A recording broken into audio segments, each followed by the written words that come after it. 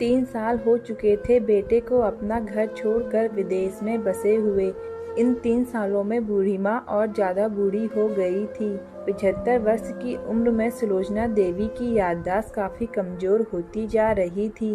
उन्हें रोज़मर्रा की चीज़ें याद न रहती, लेकिन जो उन्हें हमेशा याद रहता वह था उनका बेटा। दिन हो या रात, एक पल भी ऐसा न होता जब उन्हें अपने बेटे की याद न आती। दूसरी तरफ बेटा था जो साल भर में एक बार अपने माँ को फ़ोन कर लिया करता और 1-2 मिनट से ज़्यादा बातें भी ना किया करता। फिर भी यह बूढ़ी माँ टकटकी लगाए अपने बेटे का इंतज़ार करती रहती। एक दिन बेटे का विदेश से फ़ोन आया। हेलो हेलो, सुन रही हो ना माँ? अनिल बोल रहा हूँ, तुम्हारा बेटा। कैसी हो माँ? मैं ठीक हूँ बेटा, तुम, बहू और मेरा पोता कैसा है? माँ ने पूछा।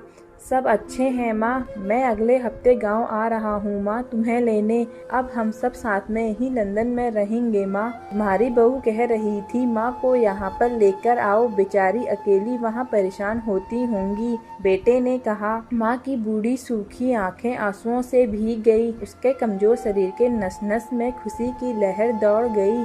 बेटे और बहू का अपने प्रति प्रेम देखकर माँ का मन खुशी से भर आया। बेटे ने आगे कहा, माँ तैयार रहना माँ, मुझे ज़्यादा दिन छुट्टी नहीं है। जिस से जितने पैसे लेने हैं लेकर रखना, तब तक मैं प्रॉपर्टी डीलर से बात कर लेता हूँ। घर के लिए? घर के लिए? माँ ने पूछा। हाँ माँ, गांव का घर हमें बेच देना पड़ेगा। अब हम सब साथ में ही रहने वाले हैं, तो वहाँ पर घर रखने का कोई मतलब नहीं है माँ, बेटे ने कहा। बुढ़ापे की वजह से ठीक से चलने में अक्षम माँ ने पूरे मोहल्ले में घूम घूम कर अपनी इस खुशखबरी को सबको सुनाया। सभी को खुशी हुई। सबको लगा माँ जी के आखिरी दिन अपने परिवार के साथ खुशी से बीत जाएंगे। घर वापस आकर माँ ने अपने कमरे के कोने कोने को ऐसे देखा जैसे वह अपने दूसरे बेटे को देख रही हो। देखे भी क्यों ना, उस घर को अपने बेटे से कम थोड़े समझा था।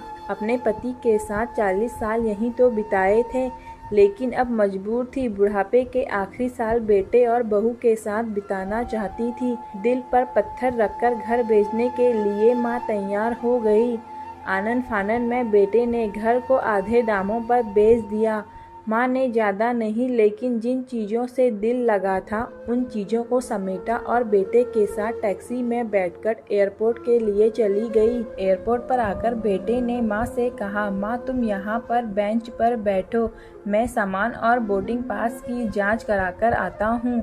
वहाँ वक्त लगता है और खड़ा रहना पड़ता है, तुम्हें तकलीफ होगी, तुम यहीं आराम करो। मैं यूँ गया और यूँ आया। माँ बेंच पर बैठ गई और बेटा अंदर चला गया।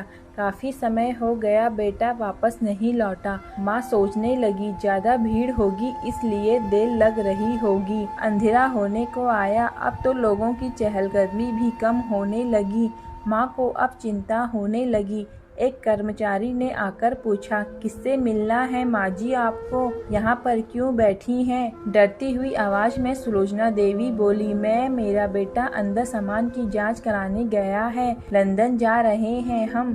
क्या नाम है माँ जी आपके बेटे का? कर्मचारी ने पूछा। अनिल नाम है मेरे बेटे का, सुलोचना देवी ने बताया। कर्मचारी अंदर गया और थोड़ी देर बाद बाहर लौटा। उसने सुलोचना देवी से कहा, माँ जी लंदन जाने वाली फ्लाइट तो दोपहर में ही जा चुकी है और आपका बेटा भी उस फ्लाइट में बैठकर लंदन जा चुका है।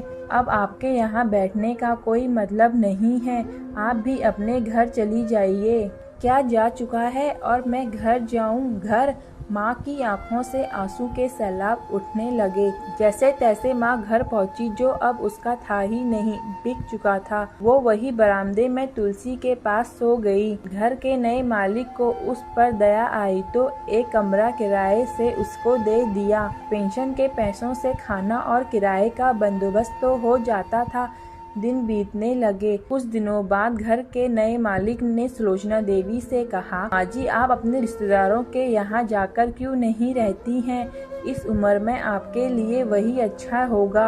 अच्छा तो होगा, लेकिन अगर मेरा बेटा वापस आया तो उसका ख्याल कौन रखेगा? मेरा बेटा बहुत भोला है, उसे अपना ख्याल रखना बिल्कुल नहीं आता। मैं कहीं नहीं जाऊंगी, क्या पता उसे कब मेरी जरूरत पड़ जाए, माँ ने कहा। दोस्तों सच बता रही हूँ, माँ की ऐसी बातें सुनकर मेरी आंखों से आंसू आ गए। किसी ने सच ही कहा है, पूत कपूत हो सकता है लेकिन माता कभी कुमाता नहीं होती। दोस्तों अगर आपको मेरी कहानी पसंद आए तो प्लीज़ लाइक एंड सब्सक्राइब करें।